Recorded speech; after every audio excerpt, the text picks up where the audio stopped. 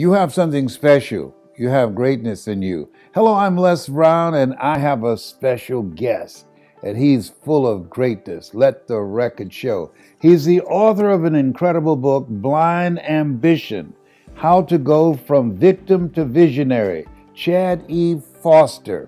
Chad, how you doing? It's a pleasure to be here. I am doing phenomenal. Thank you for having me. Oh, man, listen, I tell you, I've been so excited from the first time that we met, and just to be able to share your story with others, particularly now, during the pandemic, and as people are looking at their lives after the pandemic, many people's lives have been turned upside down. And you know about that. You've experienced your life being turned upside down. Oh, yeah. Tell us about it. Well, growing up, I lived a relatively regular childhood for a little while, but then my parents realized that their toddler, their 3-year-old, was tripping over things in the dark. And I couldn't see in really poorly lit areas, and so they took me to Duke University, where I was diagnosed with retinitis pigmentosa. So my parents... Now, what is that? It's a genetic eye disease that gradually causes blindness. Now, they told us it could happen when I was 10 or it could happen when I was 80. They just didn't know. So my parents had to turn around and drive home many hours from Duke University Medical Center all the way back to Tennessee with the knowledge that their youngest son at some point would very likely go blind. So it's hard to imagine what was going through their minds. And so I got back home, and my parents were told they should put me in a special school for the blind, but instead they signed me up for soccer. They didn't want me to live a restricted life. They signed you up for soccer. How would you go to play? Well, I could see good enough to play during the day, so there were certain sports that I could not play. It would be really hard for me to play baseball because the ball moves so fast, but with soccer, the ball was big enough and it was played during the day that I could play that. And I could also play football.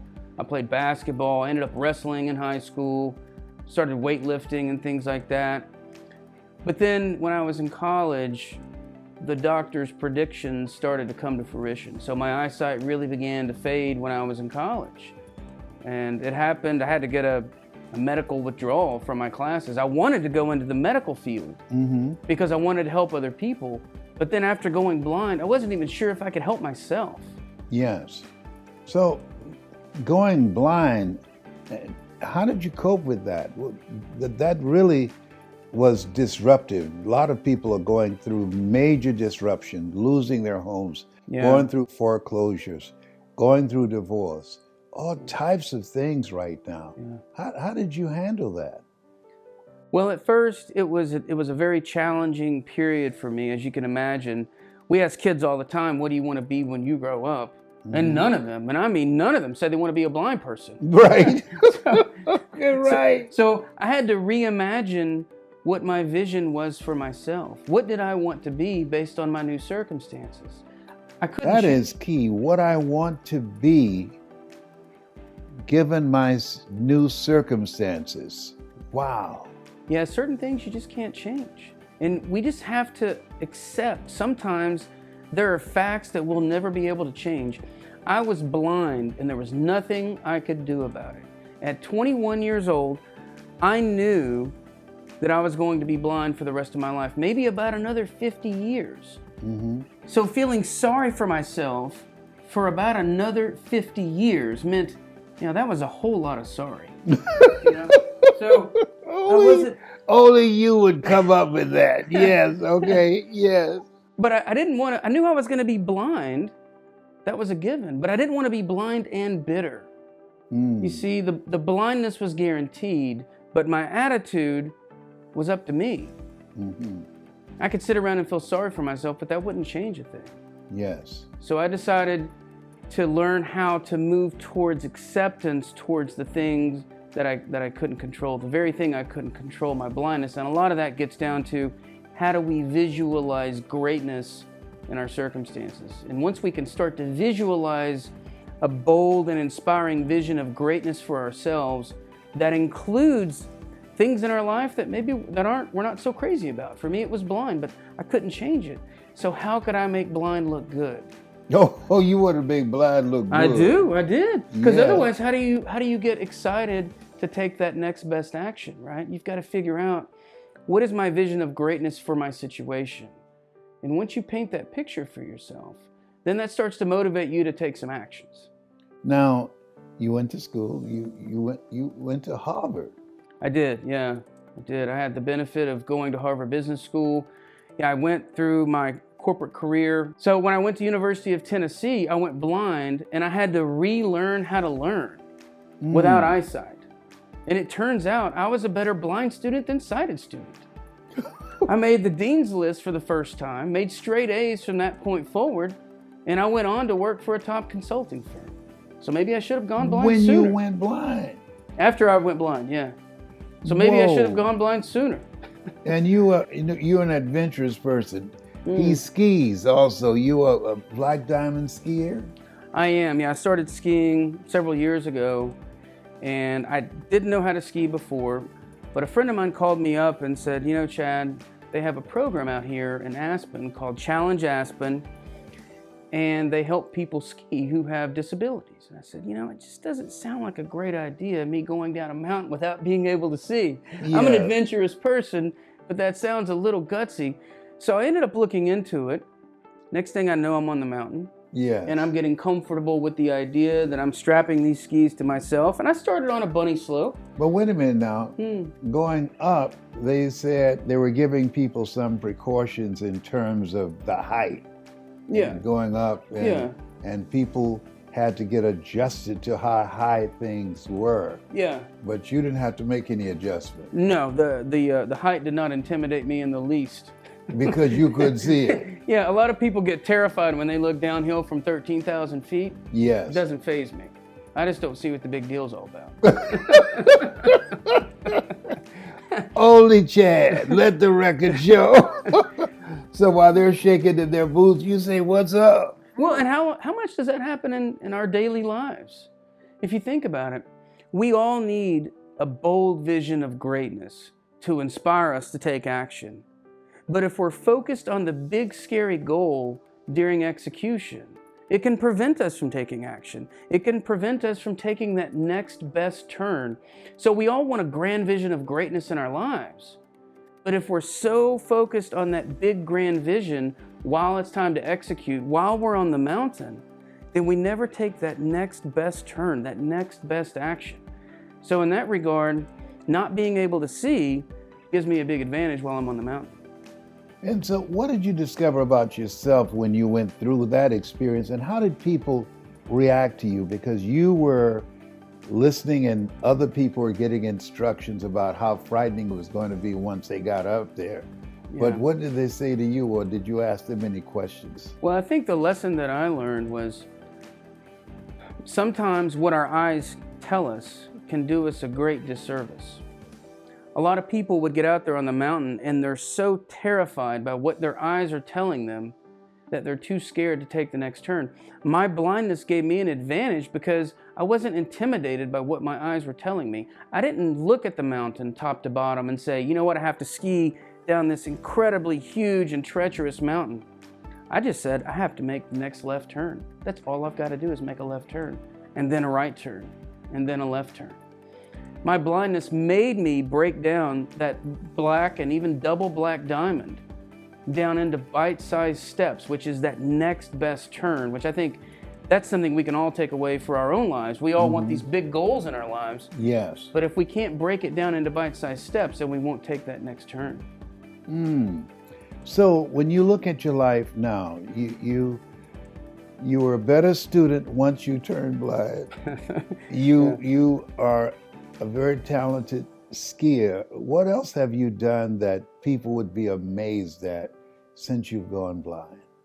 Well, after I went blind, I had the good fortune of working in the technology field. And so you'd mentioned Harvard Business School earlier.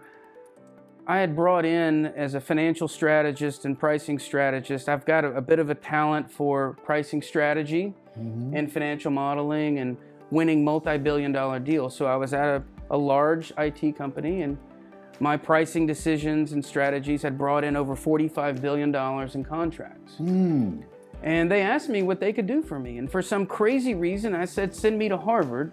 And for some crazier reason, they said, okay. So they sent me to Harvard. I went there, studied and learned about authentic leadership. And one of the really big inflection points for me was learning about authentic leadership from Bill George there. And he was the former CEO of Medtronic. He's a senior fellow there at Harvard. And he's teaching us how to mine our lives for our true north. And that's what he teaches us, how to discover your true north, when all of a sudden, my true north slammed me in the chest. And so my classmates at this time elected me to be our graduation speaker. And I had never used my story to try and reach anybody before, ever. And for the first time, I chose to use a short 12-minute talk to try and reach people. And what happened that evening, it affected me in a way I could have never anticipated. It also affected others in a way I could have never anticipated. My short 12-minute talk, I gave it, and so this gentleman comes up to me from my class, and he starts telling me how he had lost his young daughter the year before to cancer. Yes. And something I said that evening gave him hope. Now, I'm not naturally a real soft and fuzzy person, but when you have a grown man crying in your arms because you somehow helped him deal with the loss of his daughter, yes, it changes you. It changed me. It inspired me to move beyond myself. And it allowed me to discover something I thought I would never think or say. Helping people like that makes going blind worth it. And so now I know I've been given this beautiful gift of blindness disguised in some pretty ugly wrapping paper. Yes. And I think we all have gifts that are presented us in our lives that we just have to learn how to open our hearts and our minds to receive those gifts. Is there something else that people would be surprised about what you're doing while blind? Probably, yeah. I think having worked in the technology field for a while now, I was a business major coming out of college, and I went to work for a top consulting firm. When I went to work there, I realized that a lot of the technology that I needed to use to do my job did not work with the screen reading software that blind people need to use. So with my relentless determination, I taught myself how to write code to engineer that software so that it would integrate with other applications. Now, learning how to do that was not easy. Yes. But it would have been impossible without first having the right mindset. The mindset to grow and the mindset to adapt to change. Shortly after that, I had a friend that I'd worked with at this technology giant call me and tell me that he had a customer with a blind employee who couldn't do his job because of a problem between this customer relationship management software and the screen reading software for the blind.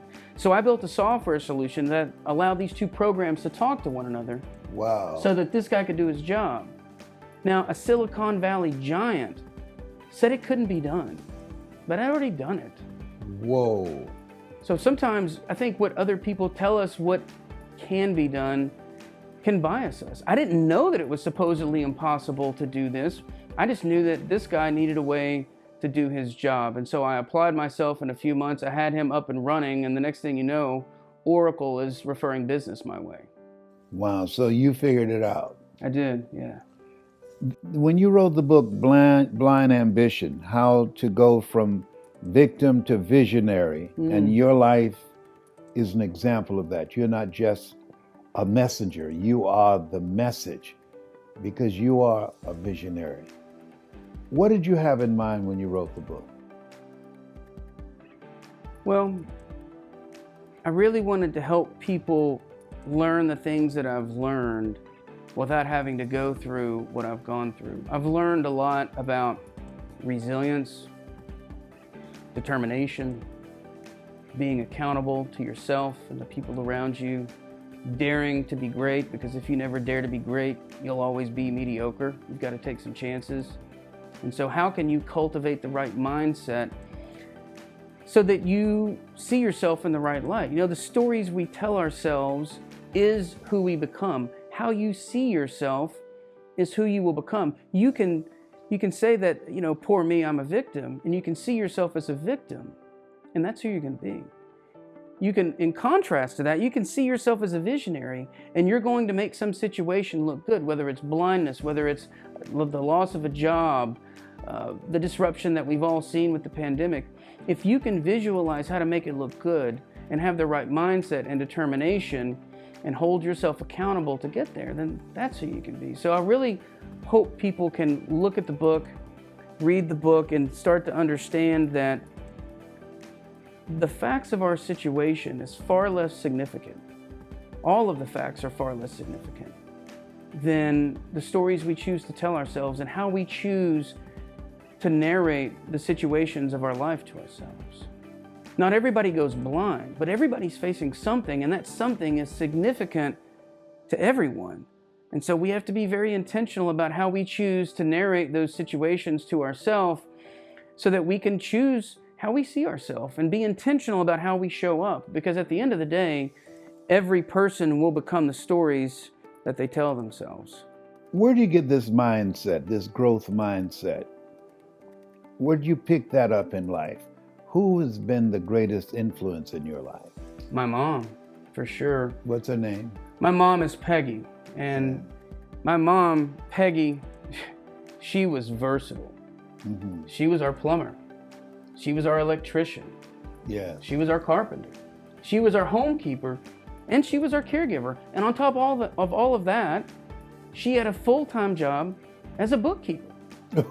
She was like today's smartphone. She did it all. Kind of makes you wonder what Dad was doing. Yeah. But he had a full-time job working around the clock. But after I went blind, my mom moved beyond herself. And she read every single one of my business books to audio for me. Because there was no technology back then. Oh. And her selfless actions inspired me to be versatile. So I think versatility So she worked with you and she read the books to you, and that's how you did your homework. Yeah, when I was in college, she read all of my books to audio, to cassette. I recorded all the class lectures, and then I would listen to each recorded lecture twice, each book twice. I would go over my notes with a note taker that the university assigned, and from that point forward, I made straight A's. And it was because I believe I was forced to sit down and actually internalize what I was doing as opposed to memorizing, because I had a really good memory, but I think memorization is not the same as learning. And the other thing is when you have somebody move beyond themselves like that, she put in so much effort to read those books. There's no way I could let her down. And so that became a compelling reason to succeed. Absolutely. Nietzsche said, if you know the why for living, you can endure almost anyhow. And the major role that his mother, who he said is today's smartphone, she, full of versatility with nothing but ability, she inspired him to say, you know what, if she can spend these hours and make the sacrifice and the commitment to spend hours reading to me, I've got to succeed. And you became a straight A student at Harvard. That is great. When you think about now this book, what are the three main takeaways you want people who read this book, what you want them to walk away with? What's number one? Number one is being accountable for your life. I think we can all find legitimate reasons to fail. All of us can find legitimate reasons to fail. I had a legitimate reason to fail. I went blind when I was in college. And that was it was a difficult period, but I started to realize, in my own life, and for months I felt bad for myself. And for a while, how'd you pull yourself out of it? Well, I started to feel like a loser because I kept making excuses. So I finally decided to adopt a new philosophy that excuses are for losers. Mm-hmm. None of us, Les, are responsible for all of our circumstances. None of us are. But we all have to be accountable for our life and its outcomes. It's my life. I have to own it. It's your life. You have to own it. So I could sit around and I could find all these legitimate reasons to fail.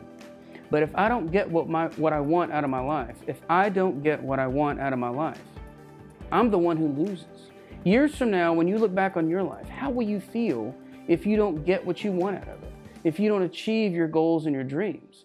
Is it better to comfort yourself in the moment with an excuse, or to hold yourself accountable so that you can achieve your dreams? So the first thing I'd like people to take away from it is they've got to own their lives. They have to be accountable. We can all find legitimate reasons to fail, but how do they serve us? They don't carry us towards our goals. The second thing that I would like people to get out of the book is that you will become the stories that you tell yourself. How you see yourself is who you become. If you see yourself as a victim, then that's who you're going to be. If you see yourself as a visionary, then that's who you can be. And so if you move the way you see yourself from a victim mindset to a visionary mindset and pursue that with blind ambition, then you can achieve your goals and your dreams. And I think the third thing would be people need to visualize greatness in their situation. They need to dare to be great. We're all capable of more than we think is possible. I've done more than I ever thought was possible when I first went blind. I never thought I would be where I'm at today. Everybody is capable of more than they think is possible. And that includes all of you. Everybody is capable. So set your goals higher than you think you can achieve, and you'll be surprised at just how much you can accomplish. When you think about where you are now, but how long did it take you to get to the mindset that feeling sorry for myself, being bitter and angry doesn't serve me? This is the change I've got to deal with. What's next? What am I going to do next to move my life in another direction? How long did it take you to get there? It took a little while. You know, I stayed on the bitter train for some time, and I started thinking about when I get older and I look back on my life,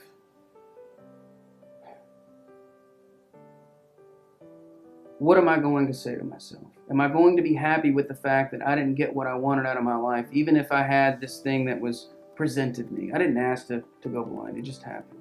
Stuff happens to all of us.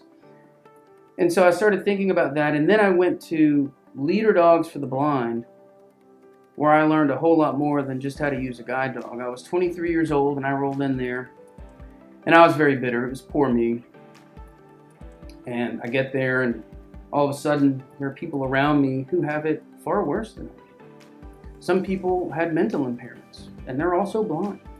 Some people they were on dialysis because they had diabetes, and the diabetes robbed them of their eyesight. And there were these girls there, these incredibly brave women there who were deaf and blind. And these girls, like the rest of us there, were getting a guide dog to be independent. Now, for these girls, we had to talk with an interpreter who would sign into their hands. And that was the only way that they could communicate.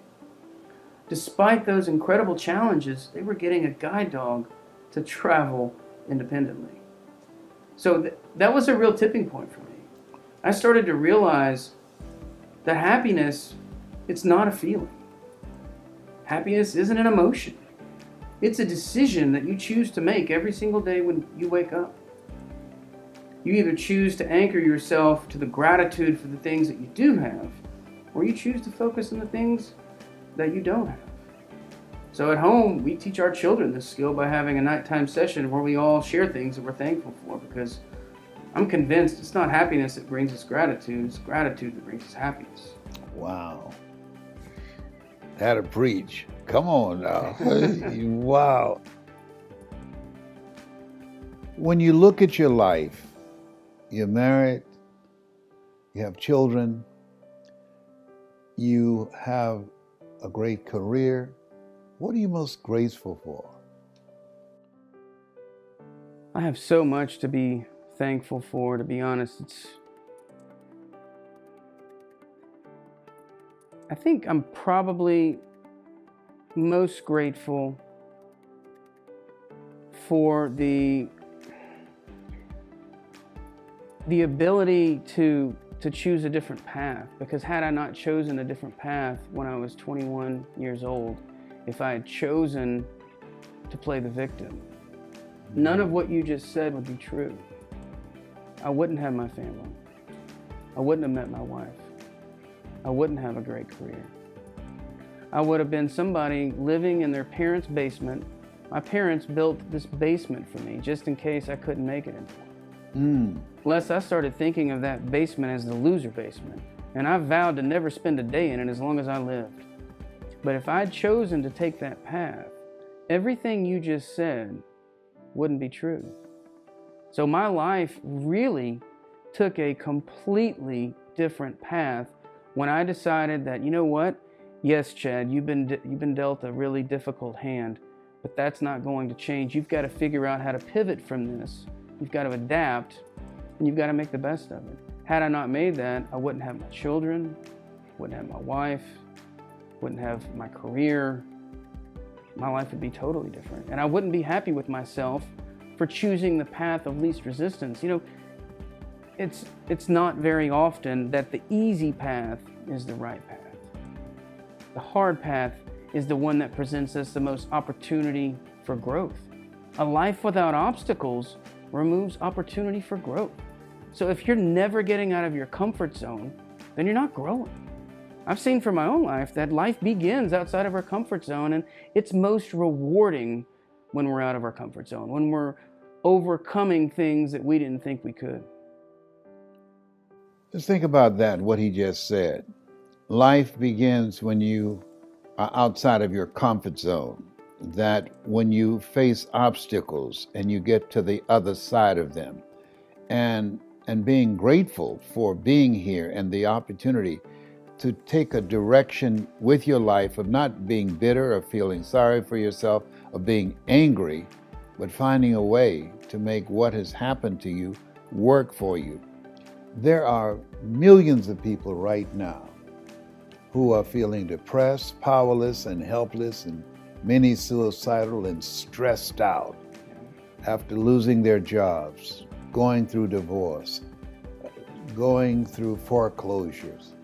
There are many people now, the assistance they're going to be getting from the government will not be enough to prevent foreclosures. Right. Many people facing homelessness. What would you say to them at this time, at this juncture in their lives, at this disruption that you learn from your own experience? I would say that when things like that happen to us, it's okay to be in that moment and feel bad at that moment. But you have to decide, how long are you going to let that event control you? How long are you going to feel bad for yourself about that event? You have to put a time limit on it. You can't do it forever. For me, I felt bad about going blind for several months, but I decided that I wasn't going to let it control me forever. So it's okay to feel bad. It's normal to feel bad when things happen to you that you don't want. What's not okay is allowing that to dominate your life forever. At some point, you've got to make a decision that I didn't sign up for all of these circumstances in my life, but I'm going to own my life. I'm going to make the best of it. I'm going to figure out how to make it look good. I'm going to figure out how to take this unfortunate situation and pivot into something that can benefit me. And if you can start to visualize how whatever that situation is, how you can pivot from it into something that's better, then that can give you the energy you need to start taking those next steps. Wow.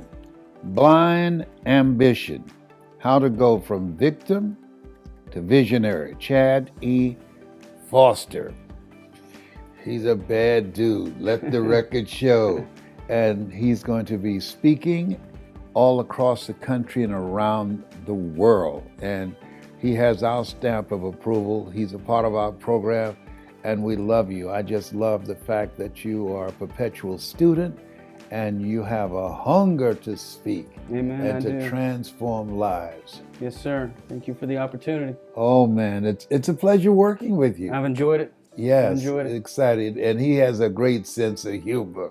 I mean, it's uncanny and just it comes out of nowhere. You just don't know what he's going to come up with next. That's what I like. He's just unforgettable and unpredictable. Just one of those individuals that has an uncanny mindset and a way to express things in simple language that can transform your life.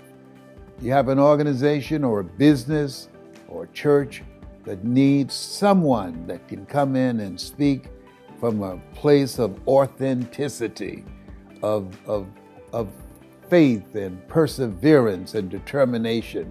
And one who I believe that as you speak about this, as you said, that this has been a blessing for you. It has. It's been a gift. I never would have thought of it as a gift 20 years ago when I was first going through it. But it has allowed me, it's forced me to improve my perspective, my focus, my effort, my determination. I'm happier now and I'm more successful than when I could see. And the reason is I genuinely believe that it forced me to learn how to improve my perspective and apply more effort and really take life more seriously and be more intentional about how I get what I want out of my life and how do I move beyond myself and help other people, because that's really where the joy is moving beyond myself to help other people. What's some of the unusual experiences you've had being blind? It's just funny that you had to laugh at and people had to laugh at once they discovered that. Well, I've got a lot. I've had people come up to me. One time a guy comes up to me and he says, "Excuse me, sir." I said, "Yeah." He says, "Is that one of those blind dogs?" I said, "Oh man, I hope not. If we're both blind, I'm in trouble." What did he say? Thought it was a blind dog. I guess that's a terminology. He meant that as Yeah, a seeing eye right, dog. right. Yeah, if he's blind too, along with me, we're in serious trouble. We're in big trouble.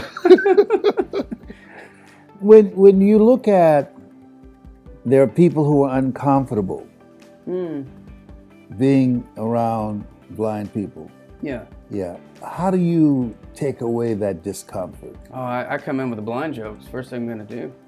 It's easy. It's like shooting fish in a barrel. You know, you come in with a blind joke because they're not sure what to say. Did you see the game? Oh, I'm sorry. Did you hear the game? Or Right. you know. So I realized I got two things I got to do. I've got to demonstrate relatability, which is through warmth. I've got to demonstrate some competence if it's in a business meeting, because that's what compels people to want to follow you. So when I walk into a new situation, first order of business is to put people at ease, and I'll do that with a blind joke, with some humor. Let me hear one of your blind jokes.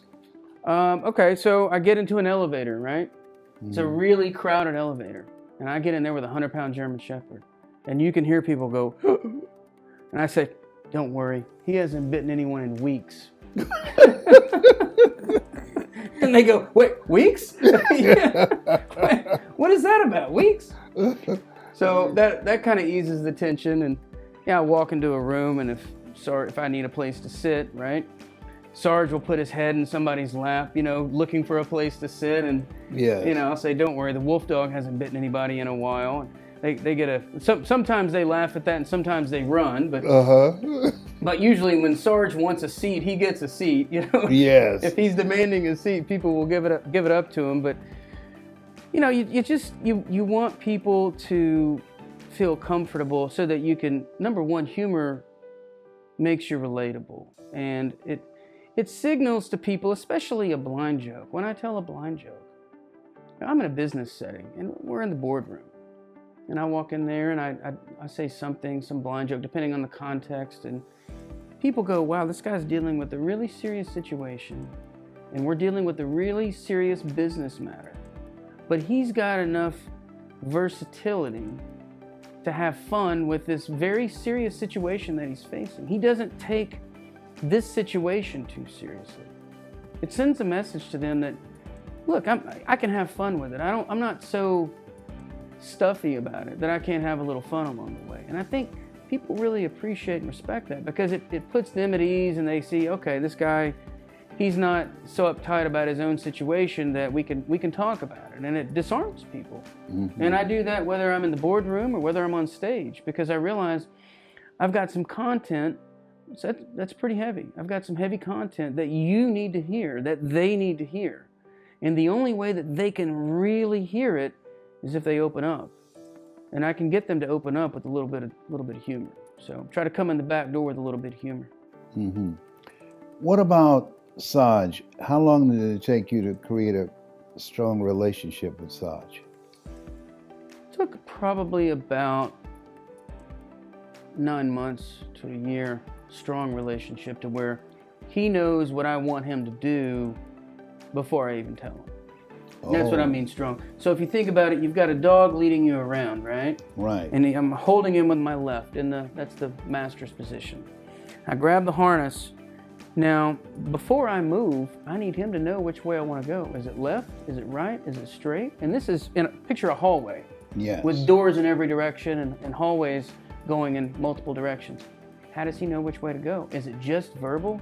No, it's verbal, it's hand gestures, it's body language. It's something as subtle as me just pulling back on the harness just a tick, and he knows I want to go left. Or me moving my hand like this, and he knows I want to go right. So it's all these little subtleties. Now, dogs communicate through body language. A lot of people think that, some people will ask me, how does your dog know when to cross the street? Can he read a red light? I was like, no, dogs are colorblind, so if I'm relying on him to get me across the street, I'm in big trouble. Yes. So I have to read the traffic patterns, and then I signal to him that I want him to go forward. And most people don't know this. How do you read the traffic patterns? You listen for parallel traffic. And so if you're at a stoplight and you hear cars whizzing this way, you know you can cross straight safely. Assuming nobody makes a right on red coming the other way, or makes a right turn or left turn, you got to watch out for that. So you read the traffic patterns, and then the one command to the dog that's not a command. So sit is a command. It's not, will you sit down, please? It's sit. Down is down. Rest is rest. Forward is forward. It's a question. Is it safe? So I read the traffic pattern. I discern whether or not I think it's safe. And then I say, Sarge, forward. And then if he looks and sees that it's safe, he'll walk forward. If he thinks there's danger, he'll stop. He won't move. And that's what's called intelligent disobedience. And when they do that, always praise them. So you get what you praise, and you correct what you don't want them to do. When a dog intelligently disobeys you because he's trying to keep you alive, you better hug that dog. Yes, that's right. Intelligent disobedience. Absolutely. I love that. Wow, hadn't heard that one before. Keep us alive, please. Yes, keep us alive. Yeah, you hug him after that. Yeah, exactly. Thank you for that. Absolutely. What's one of the most embarrassing situations you found yourself in? You said, oh no. Embarrassing. I can't believe that happened. Gosh, there's a lot to choose from. Now, it's one thing about it. When you're in a situation like mine, you've got to check your ego at the door. I don't know. When I first got my guide dog, I don't know if it was embarrassing or not. It was definitely, I fell. I misjudged whether or not we were walking around, and the dog, it was a new dog that I hadn't had him for very long, my first dog. And he walked me up to the curb. We're walking back from one of the buildings on campus at UT, University of Tennessee. And he walks me up to this curb. And I made the critical error of taking the first step. And the dog, unbeknownst to me, had walked up to a 10-foot drop-off down into the road. So I take the first step, and here I go, right? I didn't know how far it was. And so here we both end up in the middle of an intersection, right? And that was a rookie mistake on my part. Now, I was embarrassed because, honestly, I should never have taken the first step. That was terrible. But the dog, obviously, he was testing me. And, it wasn't really his fault. I should have tested the waters before I took that first step, but that was a critical error. But I've had so many things happen to me like that. I've walked into a a steel beam, you know, those big steel beams under construction. I've had the Yes. dog walk me into those many times. Mm-hmm. I've almost knocked me unconscious one time. I had a situation where I was crossing a street, and the same dog that he'd messed up a couple of times. He was a hard-headed dog. He had made a few mistakes, and we're crossing an intersection. This is in Atlanta, back in 2002. And we're crossing this intersection. He starts dragging me to the left. And this is a dog that has made some mistakes at intersections. Mm-hmm. So I start correcting the dog. No, straight. No, straight. This dog dragged me, a 200-pound man, around the back of a flatbed tractor trailer. 110. I didn't know there was a flatbed tractor trailer in front of me. Yeah. And he wasn't going to let me walk underneath it. This dog literally dragged me around the back end of it. And so that was one of those, you get to the other side and you realize what's happened. That dog's getting a hug too. Yeah. Wow. Getting a little more than a hug. Yes. This thing called life, isn't it interesting? It is. And that's why I've had so many things happen to me. I shouldn't be alive, man. I shouldn't be. I've made some bad decisions. I've had some things that happened to me that, you know, based on statistics, I shouldn't be here. I'm convinced that I have a reason to be here, that I am here, that I came out of my challenges in one piece. I'm outside the bell curve. I'm happier now. I'm more successful now. I made it through all these things. It has to be for a reason. I'm genuinely convinced that the reason is I'm supposed to help other people with it. It's the only thing I can explain to myself about how I ended up where I'm at, because I shouldn't be where I'm at. I really feel like God has a purpose for me. Yes. There's no question about that. And this book is going to be a blessing to so many people, as well as this interview. You will get a lot of requests. Get ready. This book, Blind Ambition, I endorse this 150%. How to go from victim to visionary. Chad E. Foster. Make sure you get it. It's on Amazon, and it should become a national bestseller because it's worth it. Every chapter, it's going to change your life. Chad, thank you so much. It's been my pleasure. I'm just excited about working together. We're going to be doing a lot of stuff together. You have something special. You have greatness in you. Keep in mind the words that Chad spoke about today, that when something happens to you, decide to make it work for you. L.C. Robinson said things may happen around you and things may happen to you, but the only things that really count are the things that happen in you. This has been Mrs. Mamie Brown's baby boy, Dorothy Bell's pride and joy. That's my story. I'm sticking to it. Get the book, Blind Ambition. It's powerful. Whoa, oh, behave. Bye for now.